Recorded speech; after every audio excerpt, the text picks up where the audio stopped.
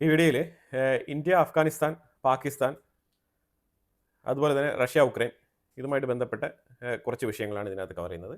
അപ്പോൾ അതിനകത്ത് അഫ്ഗാനിസ്ഥാൻ്റെ foreign minister ഇന്ത്യയിലുണ്ട്.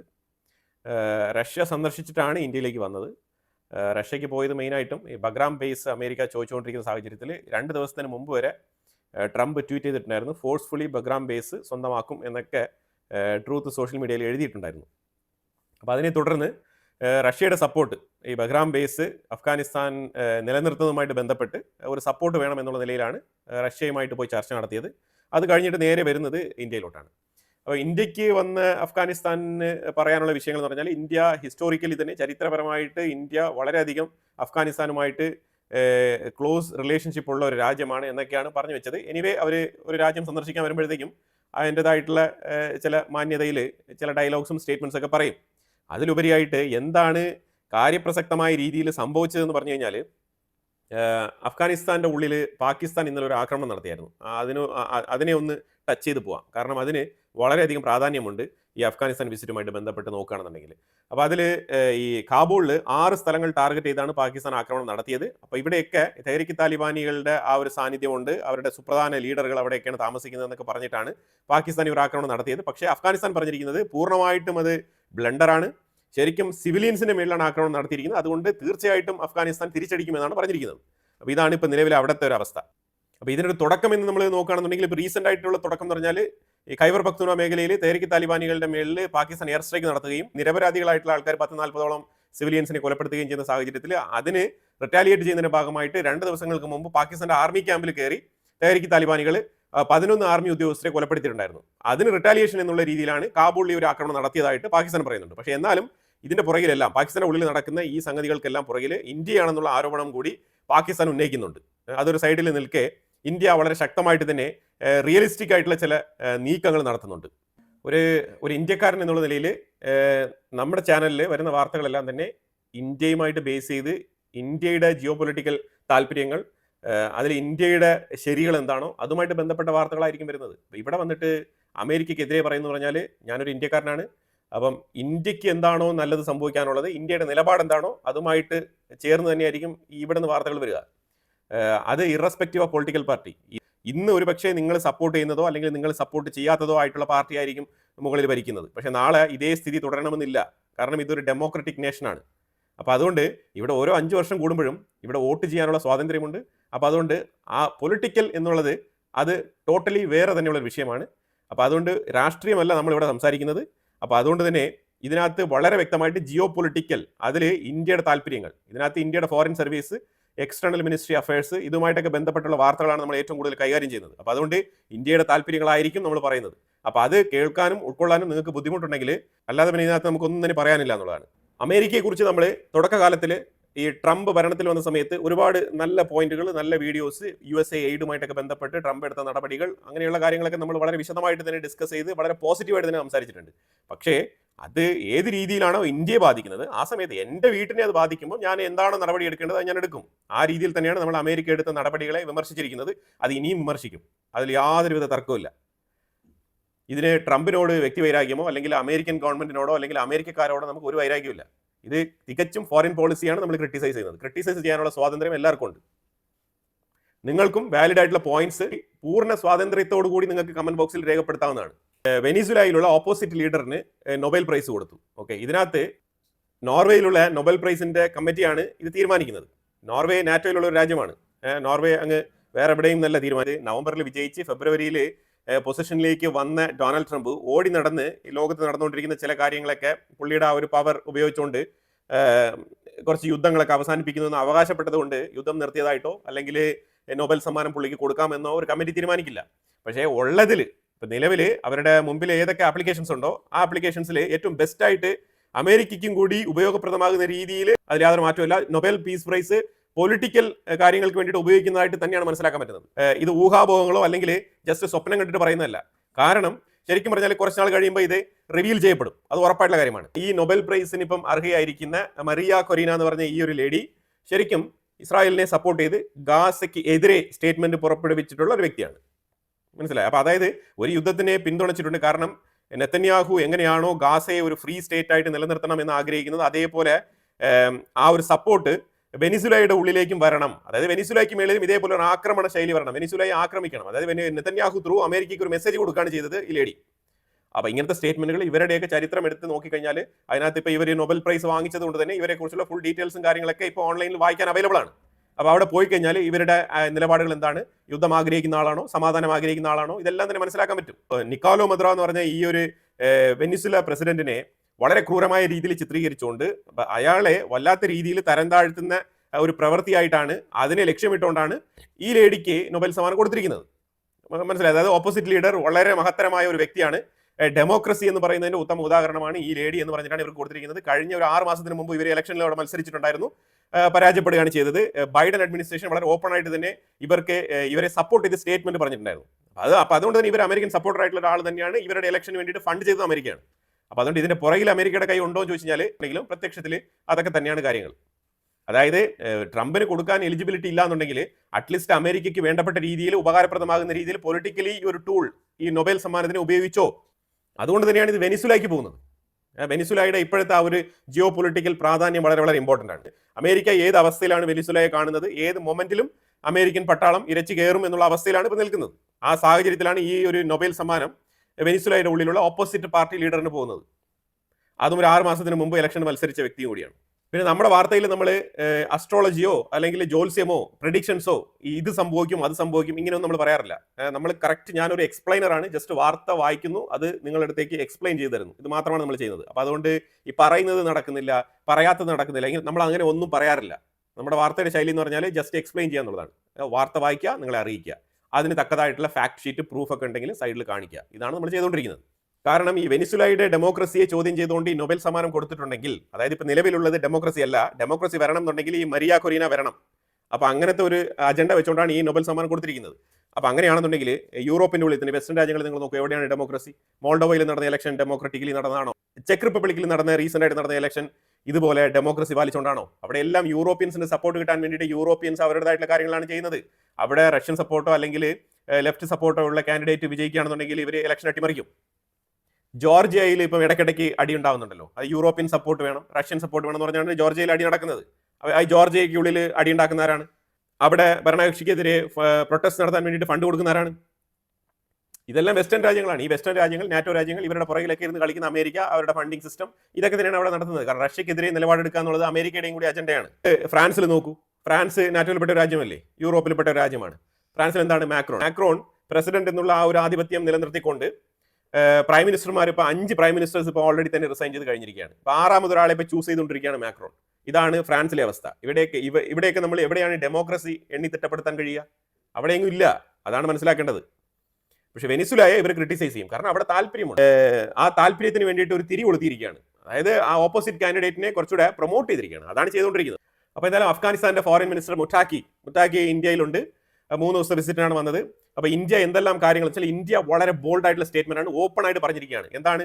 അഫ്ഗാനിസ്ഥാന് ആയുധം വേണമെങ്കിൽ ഞങ്ങൾ തരും, നിങ്ങൾ ചോദിച്ചോളൂ, എന്താണ് നിങ്ങൾക്ക് വേണ്ടതെന്ന് ചോദിച്ചോളൂ, ഞങ്ങൾ തരും എന്നാണ് പറഞ്ഞിരിക്കുന്നത്. ഇതിനു മുമ്പ് അമേരിക്ക എന്ന് പറഞ്ഞ ആ ഒരു രാജ്യത്തിനെ കുറച്ച് സപ്പോർട്ട് ചെയ്ത് നിൽക്കുന്നത് കൊണ്ട് മാത്രം ഇന്ത്യയുടേതായിട്ടുള്ള ഫ്രീ പോളിസി അഫ്ഗാനിസ്ഥാനുമായിട്ട് എടുത്തിട്ടില്ലായിരുന്നു. പക്ഷേ ഇപ്പോൾ വളരെ ഓപ്പൺ ആയിട്ട് തുറന്ന് അഫ്ഗാനിസ്ഥാനെ അക്സെപ്റ്റ് ചെയ്യുന്ന ഒരു ഇന്ത്യയാണ് കാണാൻ കഴിയുന്നത്. ഇതിന് കാരണം ആരാണ്? അമേരിക്കയാണ്. അപ്പോൾ പാകിസ്ഥാൻ ഓൾറെഡി തന്നെ കാബൂളിൽ ആക്രമണം നടത്തിയിട്ടിരിക്കുകയാണ്. അപ്പോൾ ആ ഒരു അവസ്ഥയിലാണ് അഫ്ഗാനിസ്ഥാൻ ഇന്ത്യയിൽ വരികയും ഇന്ത്യ ഈ ഒരു ഓപ്പൺ സ്റ്റേറ്റ്മെന്റ്, നിങ്ങൾക്കുള്ള ആയുധങ്ങൾ ഞങ്ങൾ സപ്ലൈ ചെയ്യും, അത് എത്ര വേണമെങ്കിലും തരും എന്നാണ് പറഞ്ഞിരിക്കുന്നത്. ഇത് ജയശങ്കർ സ്ട്രേറ്റ് ആയിട്ട് പറഞ്ഞാണ്. അത് കഴിഞ്ഞ് നമ്മൾ നോക്കിക്കഴിഞ്ഞാൽ ഇന്ത്യ എടുക്കുന്ന ഓരോ പ്ലാനും നിങ്ങൾ വളരെ വ്യക്തമായിട്ട് മനസ്സിലാക്കേണ്ടതാണ്. അതായത് വളരെ സ്ട്രാറ്റജിക് ആയിട്ടുള്ള മൂവ്മെന്റ്സ് ആണ് ഇന്ത്യ നടത്തുന്നത്, വളരെ പ്ലാൻഡ് ആണ്. അപ്പോൾ കാബൂൾ റിവർ എന്ന് പറഞ്ഞ റിവർ ഉണ്ട്. അപ്പോൾ ഇന്ത്യയിൽ നിന്നും എങ്ങനെയാണോ ഈ ഒരു സിന്ധു നദിയൊക്കെ പാകിസ്ഥാന്റെ ഉള്ളിലേക്ക് ഇങ്ങനെ പോയിട്ട് അവർക്ക് വളരെയധികം ഹെൽപ്ഫുൾ ആയിട്ട് കാര്യങ്ങളൊക്കെ മുന്നോട്ട് പോകുന്നത്, അതുപോലെ തന്നെ കാബൂൾ റിവറും വളരെ വളരെ ഇമ്പോർട്ടൻ്റ് ആണ്. അപ്പോൾ കാബൂൾ റിവർ ആ ഭാഗത്തോടെ വന്നിട്ട് ഇസ്ലാമാബാദിലേക്ക് വളരെ വളരെ ഇമ്പോർട്ടൻ്റ് ആണ് കാബൂൾ റിവർ. അപ്പോൾ ഇന്ത്യ ഇപ്പോൾ ഒരു പുതിയ പ്രോജക്റ്റ് കാബൂൾ റിവർ, നിങ്ങളുടെ റിവറിലേക്ക് ഒരു ഡാം അങ്ങ് പണിയൂ. എന്തിന് നിങ്ങളിപ്പോൾ പാകിസ്ഥാൻ വെള്ളം കൊടുക്കണം? അവിടെ ഡാം ഇടൂ. ആ ഡാം പണിയാനുള്ള ഫുൾ പ്രോജക്റ്റിന്റെ പൈസ ഇന്ത്യ മുടക്കും. പാകിസ്ഥാനെ അങ്ങ് വരിഞ്ഞ് മുറുക്കുകയാണ്. പാകിസ്ഥാൻ മനസ്സിലാവുന്നില്ല എന്താണ് സംഭവിച്ചുകൊണ്ടിരിക്കുന്നത്. അമേരിക്ക എന്ന് പറഞ്ഞാൽ ഒരു പരിധി വരെ എങ്ങനെ നിൽക്കും. അമേരിക്ക ഇപ്പം നിലവിലെ ട്രംപ് എന്ന് പറഞ്ഞാൽ അവിടെ ട്രാൻസാക്ഷണൽ ഓറിയന്റഡ് ആയിട്ടുള്ള ഒരു പ്രസിഡന്റാണ് അമേരിക്കയിലുള്ളത്. വാഗ്ദാനങ്ങൾ തരും, ആയുധങ്ങൾ തരും, പക്ഷെ അതിനുള്ള പ്രോഫിറ്റ് അയാൾ നോക്കും.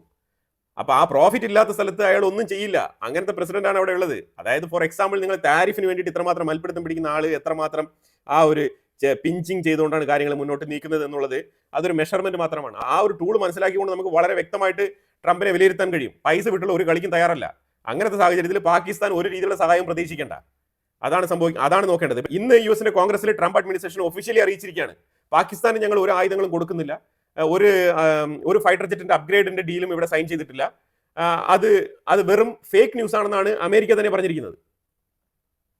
അതായത് അവരെടുത്തിരുന്ന നിലപാടിൽ നിന്നും പുറകോട്ട് പോയിരിക്കുകയാണ്. കാരണം എന്താണ്? ഞാൻ ഇന്നലത്തെ വാർത്തയിൽ തന്നെ പറഞ്ഞിട്ടുണ്ടായിരുന്നു, യുഎസിന്റെ കോൺഗ്രസിൽ മെജോറിറ്റി ആൾക്കാർ കത്ത് എഴുതി ട്രംപിന് കൊടുത്തിട്ടുണ്ടായിരുന്നു. അതായത് ഇന്ത്യയുമായിട്ട് എടുക്കുന്ന നിലപാട് ശരിയല്ല, അത് അമേരിക്കയ്ക്ക് ദോഷം ചെയ്യും എന്നുള്ള രീതിയിലുള്ള കത്ത് വളരെ വിശദമായിട്ട് എഴുതി കൊടുത്തിട്ടുണ്ടായിരുന്നു. അതിനെയും ഇവിടെ ഗണ്ണിച്ചുകൊണ്ട് ആരൊക്കെ 1-2 കമന്റ് ഒക്കെ ഇട്ടിട്ടുണ്ടായിരുന്നു. അതായത് നമ്മളെന്തോ കൂട്ടിച്ചേർക്കുന്ന പോലെ. അങ്ങനെയൊന്നുമില്ല, അത് അങ്ങനെ തന്നെയാണ് അവർ പറഞ്ഞു വെക്കുന്നത്. അല്ലാതെ അമേരിക്കയെ ബാധിക്കാത്ത വിഷയങ്ങൾ എന്തിനാണ് പിന്നെ അമേരിക്കൻ കോൺഗ്രസിൽ അവരെടുത്ത് സപ്പോർട്ട് ചെയ്ത് ലെറ്റർ എഴുതി കൊടുക്കേണ്ട ആവശ്യമുള്ളത്? അമേരിക്കയ്ക്ക് ഏതൊക്കെ രീതിയിൽ ഇന്ത്യ അമേരിക്ക ബന്ധം വഷളാകുന്നതിലൂടെ വരാൻ പോകുന്ന നഷ്ടങ്ങൾ, അത് ഒരുപാട് വിഷയങ്ങളുണ്ട്.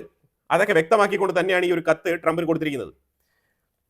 ഇനി അതിന്റെ ഭാഗമായിട്ടോ അല്ലെങ്കിലോ ശരി തന്നെ പാകിസ്ഥാൻ ആയുധം കൊടുക്കുന്നില്ല. അതായത് ഈ ഒരു മിസൈൽ സിസ്റ്റം കയറ്റി അയക്കുന്നില്ല, AMRM എന്ന് പറഞ്ഞ ആ ഒരു മിസൈൽ കൊടുക്കുന്നില്ല, AMRAM എന്ന് പറഞ്ഞ ആ ഒരു മിസൈൽ കൊടുക്കുന്നില്ല. അതുപോലെ തന്നെ F-16 അപ്ഗ്രേഡ് ചെയ്യുന്നില്ല ഇപ്പൊ തൽക്കാലം. ഇതാണ് നിലവിലുള്ള അമേരിക്കയുടെ നിലപാട്. ഇനിയിപ്പം ഈ കാബൂൾ റിവറിൽ ഡാം പണിയാൻ ഇന്ത്യ പൈസ കൊടുക്കും. അവിടെ ഇലക്ട്രിക് പവർ പ്രോജക്റ്റും പ്ലാൻ ചെയ്യുന്നുണ്ട്. അതുപോലെ 20 ആംബുലൻസുകൾ കൊടുക്കുന്നുണ്ട് അഫ്ഗാനിസ്ഥാന് എമർജൻസി പർപ്പസിന് വേണ്ടിയിട്ട്. അഫ്ഗാനിസ്ഥാനെ സംബന്ധിച്ചിടത്തോളം ഒരു കൺസേൺ നമുക്കുള്ളത് ഈ സ്ത്രീ സ്വാതന്ത്ര്യം. അത് അവിടെ കുറച്ച് ബുദ്ധിമുട്ടാണ്. സ്ത്രീകൾക്കുള്ള കൃത്യമായ എഡ്യൂക്കേഷനോ അവർക്കുള്ള റൈറ്റ്സ് ഒന്നും തന്നെ അവിടെ കൃത്യമായ രീതിയിൽ അവർക്ക് കൊടുക്കുന്നില്ല. അത് മാത്രമാണ് നമുക്ക് അവിടെയുള്ള ഒരു പ്രശ്നം. പിന്നെ താലിബാൻ അവരുടേതായിട്ടുള്ള ഒരു ചട്ടക്കൂടിൽ നിൽക്കുന്നുണ്ട് എന്നുള്ളത് മാത്രമാണ്. ഇപ്പോൾ താലിബാൻ ഇറാൻ, അപ്പോൾ അങ്ങനെ നോക്കി കഴിഞ്ഞാൽ ഇറാനുമായിട്ട് പോലും നമുക്ക് ബന്ധം വയ്ക്കാൻ പറ്റത്തില്ല. കാരണം ഇറാനും ഏകദേശം ഈ താലിബാനികളെ പോലെ തന്നെയാണ്. പ്രത്യേകിച്ച് ഈ ഒരു തീവ്ര നിലപാടുള്ള ഇസ്ലാമിക ഭരണകൂടങ്ങൾ എവിടെയൊക്കെ ഉണ്ടോ അവിടെയൊക്കെ ഇതൊക്കെ തന്നെയാണ് നിയമങ്ങൾ. പിന്നെ ചില രാജ്യങ്ങൾ, ഗൾഫ് മേഖലയിലുള്ള രാജ്യങ്ങൾ കുറച്ചുകൂടെ ബെറ്റർ ആണെന്ന് വേണമെങ്കിൽ നമുക്ക് പറയാം. ഞാൻ ഇവിടെ ഒരു വീഡിയോ ഫുട്ടേജ് കാണിക്കുന്നുണ്ട്. അതായത് പാകിസ്ഥാന്റെ ഉള്ളിൽ ഒരു പ്രതിഷേധം. അവിടെ TLP എന്ന് പറഞ്ഞൊരു പാർട്ടിയുണ്ട്. TLP ഇത് 4ാമത്തെ ലാർജസ്റ്റ് പാർട്ടിയാണ് പാകിസ്ഥാന്റെ ഉള്ളിൽ. ഇവരാണ് ഈ പ്രതിഷേധം സംഘടിപ്പിച്ചത്. ഈ പ്രതിഷേധത്തിൽ നല്ല രീതിയിലുള്ള ലഹള എന്ന് പറഞ്ഞാൽ അങ്ങോട്ടും ഇങ്ങോട്ടും അടി ലോക്കൽ പോലീസും ഈ പ്രതിഷേധക്കാരും തമ്മിൽ അങ്ങോട്ടും ഇങ്ങോട്ടും അടിയായി 4 പോലീസുകാരെ അടിച്ച് തന്നെ കൊന്നിരിക്കുകയാണ്. അതാണ് സംഭവിച്ചിരിക്കുന്നത്. പോലീസാണെങ്കിൽ 117-ലധികം ആൾക്കാരെ അറസ്റ്റ് ചെയ്തു. എന്നിട്ടും ഈ ഒരു പ്രതിഷേധം അല്ലെങ്കിൽ ഈ ഒരു കലാപം തടയാൻ കഴിഞ്ഞില്ല. ആ രീതിയിൽ വലിയൊരു കലാപമായിട്ട് ഇത് മാറുകയാണ് ചെയ്തത്. അത് പാകിസ്ഥാന്റെ ഉള്ളിൽ എന്തെല്ലാം പ്രശ്നങ്ങൾ നോക്കും. ഇപ്പൊ ഈ TLP എന്ന് പറഞ്ഞതൊക്കെ ഈ പ്രൊട്ടസ്റ്റ് ഒക്കെ പുതുതായിട്ട് രൂപപ്പെട്ടു വരുന്നതാണ്. പാകിസ്ഥാന്റെ ഡിഫൻസ് മിനിസ്റ്റർ ആണെങ്കിൽ ഇന്നലെ ഔറംഗസീബിന്റെ ആ ഒരു ഡയലോഗൊക്കെ പറഞ്ഞുകൊണ്ട് വന്ന ആളാണ്. ഔറംഗസീബിന്റെ സമയത്താണ് ഇന്ത്യ ഒരു ഗ്രേറ്റർ ഇന്ത്യ ആയിട്ടുണ്ടായിരുന്നത്. അത് കഴിഞ്ഞിട്ട് ഒരു കാലഘട്ടത്തിലും ഇന്ത്യ ഈ രീതിയിൽ ഉണ്ടായിരുന്നില്ല, യുണൈറ്റഡ് ഇന്ത്യ ആയിട്ട് ഇല്ലായിരുന്നു എന്നുള്ള രീതിയിലുള്ള ഡയലോഗൊക്കെ പറഞ്ഞിട്ടുണ്ടായിരുന്നു. അതേ ഖ്വാജ ആസിഫ് എന്ന് പറഞ്ഞിരിക്കുകയാണ്, അഫ്ഗാനിസ്ഥാൻ എന്ന് പറയുന്നത് ചരിത്രപരമായിട്ട് അത് എപ്പോഴും ഇന്ത്യയോടൊപ്പം നിൽക്കുന്ന ഒരു രാജ്യമാണ്. അപ്പോൾ അതുകൊണ്ട് അവരെ നമ്മൾ പ്രതീക്ഷിക്കാൻ പാടില്ല, അവരെ നമ്മളുടെ എനിമീസ് ആണെന്നാണ് പറഞ്ഞിരിക്കുന്നത്. അപ്പം അഫ്ഗാനിസ്ഥാൻ ആണെങ്കിൽ ഇന്ത്യക്കുള്ളിൽ വന്ന് പറഞ്ഞിരിക്കുന്ന സ്റ്റേറ്റ്മെന്റ് എന്ന് വെച്ചാൽ ഇന്ത്യക്കെതിരെ ആരൊക്കെ നിലപാടെടുക്കുന്നോ അന്താരാഷ്ട്ര തലത്തിൽ അവരെല്ലാം തന്നെ അഫ്ഗാനിസ്ഥാന്റെയും എനിമി ആയിരിക്കുമെന്നാണ് അവർ പറഞ്ഞിരിക്കുന്നത്. അതായത് പറയാതെ പറയാണ് പാകിസ്ഥാൻ ഞങ്ങളുടെ എനിമിയാണെന്നാണ് പറഞ്ഞു വെക്കുന്നത്. ഈ അഫ്ഗാനിസ്ഥാനെ സപ്പോർട്ട് ചെയ്തുകൊണ്ട് ഇന്ത്യ വളരെ ഓപ്പൺ ആയിട്ട് തന്നെ എടുത്തിരിക്കുന്ന ഈ ഒരു നിലപാട് അമേരിക്ക ഏത് രീതിയിൽ ബാധിക്കും നമുക്ക് അറിയത്തില്ല. പക്ഷേ അതേസമയം അഫ്ഗാനിസ്ഥാന്റെ മേലൊരു ആക്രമണം നടത്തിയിരിക്കുന്ന സാഹചര്യത്തിൽ അഫ്ഗാനിസ്ഥാൻ തിരിച്ചടിച്ചു കഴിഞ്ഞാൽ അമേരിക്ക തീർച്ചയായിട്ടും പാകിസ്ഥാനെ സപ്പോർട്ട് ചെയ്യും. ഇന്ത്യ പാകിസ്ഥാനെ അടിക്കുമ്പോൾ തന്നെ ഇന്ത്യയെ മാറ്റി നിർത്തിക്കൊണ്ട് പാകിസ്ഥാനെ സപ്പോർട്ട് ചെയ്യുന്ന നിലപാടാണ് അമേരിക്ക എടുത്തത്. അപ്പോൾ തീർച്ചയായിട്ടും പാകിസ്ഥാനെ സപ്പോർട്ട് ചെയ്യും. ഒരുപക്ഷെ യുദ്ധം നിർത്തിപ്പിക്കാം, അല്ലെങ്കിൽ ആയുധങ്ങൾ കൊടുത്ത് സഹായിക്കാം, എന്തെങ്കിലുമൊക്കെ നടക്കും. പക്ഷെ ആ സാഹചര്യത്തിൽ ഇന്ത്യ തീർച്ചയായിട്ടും അഫ്ഗാനിസ്ഥാനെ സഹായിക്കും. അതുപോലെ ചൈനയും അമേരിക്ക പാകിസ്ഥാനോട് ചേർന്ന് നിൽക്കുമ്പോൾ ചൈന, റഷ്യ, ഇന്ത്യ 3 രാജ്യങ്ങളും അഫ്ഗാനിസ്ഥാനെ സഹായിക്കും എന്നുള്ളത് 100% ഉറപ്പാണ്. ആ രീതിയിലാണ് കാര്യങ്ങൾ ഇപ്പോൾ മറിയുന്നത്. അപ്പോൾ അതുകൊണ്ട് തന്നെ പാകിസ്ഥാനെ ഡയറക്റ്റ് ആയിട്ട് സപ്പോർട്ട് ചെയ്തുകൊണ്ട് അമേരിക്ക കളത്തിലിറങ്ങില്ല ഡയറക്റ്റ് ആയിട്ട്. അഥവാ ഈ ബഗ്രാം ബേസിലേക്ക് അത്രമാത്രം താല്പര്യമുണ്ടെങ്കിൽ മാത്രമാണ് ആ രീതിയിലേക്ക് കാര്യങ്ങൾ മുന്നോട്ട് വരിക. അതുപോലെ അഫ്ഗാനിസ്ഥാൻ വീണ്ടും ഒന്ന് പറഞ്ഞു വെച്ചിരിക്കുന്നത് റെയർ എർത്ത് എലമെന്റ്സുമായിട്ട് ബന്ധപ്പെട്ട് ഇന്ത്യക്ക് പൂർണ്ണ സ്വാതന്ത്ര്യമുണ്ട്, അഫ്ഗാനിസ്ഥാന്റെ ഉള്ളിൽ വന്നിട്ട് R&D വർക്കുകൾ ചെയ്യാം. അതേപോലെ തന്നെ അഫ്ഗാനിസ്ഥാനുമായിട്ട് എഗ്രിമെന്റ് വെച്ചിട്ട് റെയർ എർത്ത് മിനറൽസ് നമുക്ക് അവിടെ നിന്ന് കുഴിച്ചെടുക്കാം എന്നാണ് പറഞ്ഞിരിക്കുന്നത്. ഈ റെയർ എർത്ത് എലമെന്റ്സ് ഒക്കെ ട്രംപിന്റെ മനസ്സിലുണ്ട്. ഇതൊക്കെ മൈൻഡിൽ വെച്ചുകൊണ്ടാണ് ഈ ബഗ്രാം എയർബേസ് ഒക്കെ വേണമെന്നൊക്കെ പറഞ്ഞുകൊണ്ടിരിക്കുന്നത്. പക്ഷേ അമേരിക്കയെ എത്ര പൊട്ടൻഷ്യലോട് കൂടിയാണ് ഇന്ത്യ എതിർത്തുകൊണ്ടുള്ള നിലപാടുകൾ എടുക്കുന്നതാണ് മനസ്സിലാക്കേണ്ടത്. നമ്മുടെ രാജ്യത്തിന്റെ നിലപാട് അതാണ്. കാരണം ആ രീതിയാണ് നമ്മൾ ഉപദ്രവിച്ചുകൊണ്ടിരിക്കുന്നത്. ഇതിനു മുമ്പ് ഡെമോക്രറ്റുകൾ ഉണ്ടായിരുന്നു, അവർ വേറൊരു രീതിയിൽ പല രീതിയിലും കേസുകൾ ഇട്ടുകൊണ്ട് നമ്മുടെ രാജ്യത്തുള്ള പല സുപ്രധാന പൊസിഷനിലിരിക്കുന്ന ആൾക്കാർക്കെതിരെയൊക്കെ കേസ് ഇട്ടുകൊണ്ട് നമ്മളെ ഉപദ്രവിച്ചുകൊണ്ടിരുന്ന ആൾക്കാരാണ് ഈ ഡെമോക്രറ്റുകൾ. ഈ ട്രംപ് വരുമ്പോഴെങ്കിലും ഒരു മാറ്റം വരും നമ്മൾ വിചാരിച്ചു, അതും ഒരു രീതിയിലും ഉപകാരപ്പെട്ടില്ല. അപ്പോൾ അതുകൊണ്ട് നമുക്ക് പറയാനുള്ള വെച്ചാൽ ഇവർ ട്രംപ് ഇരിക്കുന്ന 4 വർഷം, ഇതിനു മുമ്പ് കഴിഞ്ഞു പോയ ഒരു 4 വർഷം, അപ്പോൾ ടോട്ടലി ഒരു 8 വർഷം ഇവർ നമ്മളെ തഴയാനാണ് തീരുമാനിച്ചിരിക്കുന്നത്. അപ്പോൾ അത് കൃത്യമായിട്ട് മുന്നിൽ കണ്ടുകൊണ്ടാണ് ഇന്ത്യ അവരെ ചേർത്ത് നിൽക്കുന്നത്. കാരണം ഓൾറെഡി ഒരു 4 വർഷം വേസ്റ്റ് ആയി. അപ്പോൾ ഇനിയും ഈ ട്രംപിന്റെ കാലിൽ തൂങ്ങിക്കൊണ്ട് നമുക്ക് വീണ്ടും ഒരു 4 വർഷം ഇങ്ങനെ കളയാൻ വയ്യ, നമ്മുടെ കയ്യിൽ ഇല്ല, ടൈമില്ല, അതാണ് പറഞ്ഞിരിക്കുന്നത്. അപ്പോൾ അതുകൊണ്ടാണ് ഇന്ത്യ കൃത്യമായിട്ടുള്ള നടപടികൾ തിരിച്ചങ്ങെടുക്കുന്നത്. ഇനിയെങ്കിലും അമേരിക്കയിലേക്ക് പുതുതായിട്ട് വരുന്ന പ്രസിഡന്റുമാരുണ്ടെങ്കിൽ അവർക്ക് ഒരു തിരിച്ചറിവായിക്കോട്ടെ, ഇന്ത്യയുമായിട്ട് കയറി ഇങ്ങനെ മുട്ടാൻ നിൽക്കണ്ട എന്നുള്ളത് അവർക്കും കൂടി ഒന്ന് മനസ്സിലാക്കി കൊടുക്കാൻ വേണ്ടിയിട്ടാണ് ഇന്ത്യ ഈ നിലപാടെടുക്കുന്നത്. ഇപ്പോൾ ചൈനയാണെങ്കിൽ ഇന്ത്യക്ക് റെയർ എർത്ത് എലമെന്റ്സ് തരും, പക്ഷേ അമേരിക്കയ്ക്ക് 12 റെയർ എർത്ത് എലമെന്റ്സ് റദ്ദാക്കിയിരിക്കുകയാണ്. ഇനി അമേരിക്കയിലോട്ട് കയറ്റി അയക്കുന്നില്ല എന്നാണ് പറഞ്ഞിരിക്കുന്നത്. കാരണം അമേരിക്ക ഒന്ന് സംസാരിക്കണം. ആ സംസാരിക്കുന്നത് എന്തുകൊണ്ടാണ്? ഈ റെയർ എർത്ത് എലമെന്റ്സ് എന്ന് പറഞ്ഞ ഈ സാധനം കിട്ടാൻ വേണ്ടിയിട്ടാണ് അമേരിക്ക ഈ ഒരു ഫ്ലെക്സിബിലിറ്റി കാണിക്കുന്നത്, അല്ലാതെ ചൈനയോടുള്ള താല്പര്യമല്ല. അപ്പോൾ ആ രീതിയിൽ ഇന്ത്യയോട് ചൈന പറഞ്ഞിരിക്കുന്നത് ഒരു ഫ്രണ്ട്ലി റിക്വസ്റ്റ് എന്നുള്ള നിലയിൽ ഇന്ത്യക്ക് ഞങ്ങൾ റെയർ എർത്ത് എലമെന്റ്സ് കയറ്റി അയക്കും, പക്ഷേ അമേരിക്കയ്ക്ക് അത് റീ എക്സ്പോർട്ട് ചെയ്യാൻ പാടില്ല, ഈ ഒരു റിക്വസ്റ്റ് പറഞ്ഞിട്ടുണ്ട്. ഈ അവസ്ഥയിൽ ഇന്ത്യ തീർച്ചയായിട്ടും അമേരിക്കയ്ക്ക് അവർ എക്സ്പോർട്ട് ചെയ്യില്ല. ഇനി അഥവാ ഏതെങ്കിലും കമ്പനികൾ ഇതുമായിട്ട് ബന്ധപ്പെട്ട് ഇരട്ടി ലാഭം കിട്ടാൻ വേണ്ടിയിട്ട് എന്തെങ്കിലുമൊക്കെ പണി ചെയ്യുന്നു എന്നുണ്ടെങ്കിൽ അത് ഗവൺമെന്റ് തക്കതായ നടപടി ആ കമ്പനികളുടെ മേൽ എടുക്കണം. ചൈന ആണെങ്കിൽ തന്നെ നമ്മൾ വിശ്വസിച്ച് ഈ റെയർ എർത്ത് എലമെന്റ്സ് തരുന്ന സ്ഥിതിക്ക് നമ്മൾ അതിനോട് ഒരു സത്യസന്ധത പുലർത്തേണ്ടതുണ്ട്. ചില ആൾക്കാരുണ്ട് ഇന്ത്യക്കുള്ളിൽ ആക്രാന്തം മൂത്തിട്ട് കയറ്റി അയച്ചു കളയും. യൂറേഷ്യയിൽ കിടക്കുന്ന 10 രാജ്യങ്ങൾ അവര് ബ്രിക്സിൽ ചേരണം എന്നുള്ള ആഗ്രഹം പ്രകടിപ്പിക്കുകയും ഞങ്ങളും ഡോളർ ഉപേക്ഷിക്കാൻ തയ്യാറാണ് എന്നുള്ള ഒരു വാഗ്ദാനമാണ് കൊടുത്തിരിക്കുന്നത്. ആ 10 രാജ്യങ്ങളുടെ പേര് ഞാൻ ഇവിടെ എണ്ണി പറയുന്നില്ല, അത് അടുത്തടുത്ത വീഡിയോകളിൽ അപ്ലോഡ് ചെയ്യാം. രാജ്യങ്ങൾ, യൂറേഷ്യൻ രാജ്യങ്ങൾ 10 രാജ്യങ്ങൾ ആപ്ലിക്കേഷൻ സബ്മിറ്റ് ചെയ്യുകയും അതോടൊപ്പം ഡോളർ ഉപേക്ഷിക്കാം എന്നുള്ള ഒരു വാഗ്ദാനം തന്നിട്ടുണ്ട്. അപ്പോൾ ഈ രീതിയിൽ കാര്യങ്ങൾ അമേരിക്കയ്ക്കെതിരെ തകൃതിയായിട്ട് മറ്റൊരു സൈഡിൽ നീങ്ങുകയാണ്. അത് അമേരിക്ക കാണാതെ പോകുന്നു എന്നുള്ളത് നമുക്കറിയില്ല, തീർച്ചയായിട്ടും അവർക്ക് അറിയാം, പക്ഷെ അവർക്കൊന്നും ചെയ്യാൻ കഴിയില്ല, ഹെൽപ്ലെസ്, അതാണ് മനസ്സിലാക്കുന്നത്. സെലൻസ്കി കഴിഞ്ഞ 3 ദിവസം കൊണ്ട് റഷ്യയുടെ മേളിൽ അതിതീവ്രമായ നിലയിലുള്ള ആക്രമണങ്ങളൊക്കെ നടത്തി 3 എണ്ണപ്പാടങ്ങളൊക്കെ നശിപ്പിച്ച് കുറെ നാൾ കൊണ്ട് റഷ്യയുടെ എനർജി സോഴ്സ് എല്ലാം അടിച്ച് തകർത്തുകൊണ്ടിരിക്കുകയാണ്. അതിൽ പ്രത്യേകിച്ചും ഈ റിഫൈനറികൾ, ഓയിൽ റിഫൈനറികളാണ് അടിച്ച് തകർക്കുന്നത്. ആ രീതിയിൽ റഷ്യ 450 ഡ്രോൺ 9 മിസൈൽ വെച്ചിട്ട് തകൃതിയായിട്ടുള്ള ആക്രമണങ്ങൾ ഉക്രൈൻ്റെ ഉള്ളിൽ നടത്തിയിരിക്കുകയാണ്. കനത്ത നാശനഷ്ടങ്ങൾ, ഒരുപാട് എനർജി സോഴ്സ് നഷ്ടപ്പെട്ടിട്ടുണ്ട്, കുടിവെള്ളത്തിന്റെ ടാങ്കർ വരെ അടിച്ച് നശിപ്പിച്ചിട്ടുണ്ട്. അതേപോലെ ഇലക്ട്രിസിറ്റിയുമായിട്ട് ബന്ധപ്പെട്ട ആ എനർജി സ്റ്റേഷൻസ് മൊത്തം കത്തിച്ച് കളഞ്ഞിട്ടുണ്ട്. ഒരുപാട് റെസിഡൻഷ്യൽ ബിൽഡിങ്ങുകൾക്കും ആഘാതം ഏറ്റിട്ടുണ്ട്. നിരവധി പേര് കൊല്ലപ്പെട്ടിട്ടുണ്ട് എന്നുള്ള വാർത്തയുണ്ട്. പക്ഷേ അതിൽ ഒരു കുട്ടിയുടെ പേര് മാത്രമാണ് ഇതുവരെ പേരായിട്ട് പുറത്തു വന്നിരിക്കുന്നത്. സെലൻസ്കിയുടെ സൈഡിൽ നിന്ന് ഒരു രീതിയിലുള്ള റിപ്പോർട്ടും പുറത്തു വന്നിട്ടില്ല. ഇതാണ് നിലവിലുള്ള അവസ്ഥ. അപ്പോൾ തകൃതിയായിട്ട് ആക്രമണങ്ങൾ അങ്ങോട്ടും ഇങ്ങോട്ടും മുന്നോട്ട് പോവുകയാണ്. ഒരുവിധം ഇന്നലത്തെ ജിയോ പൊളിറ്റിക്സ് എല്ലാം നമ്മൾ കവർ ചെയ്തിട്ടുണ്ട്. അപ്പോൾ ഇതിനെക്കുറിച്ചുള്ള അഭിപ്രായങ്ങൾ കമന്റ് ബോക്സിൽ രേഖപ്പെടുത്തുക. കൂടുതൽ വാർത്തകളുമായിട്ട് അടുത്ത വീഡിയോയിൽ വരാം. Thank you so much.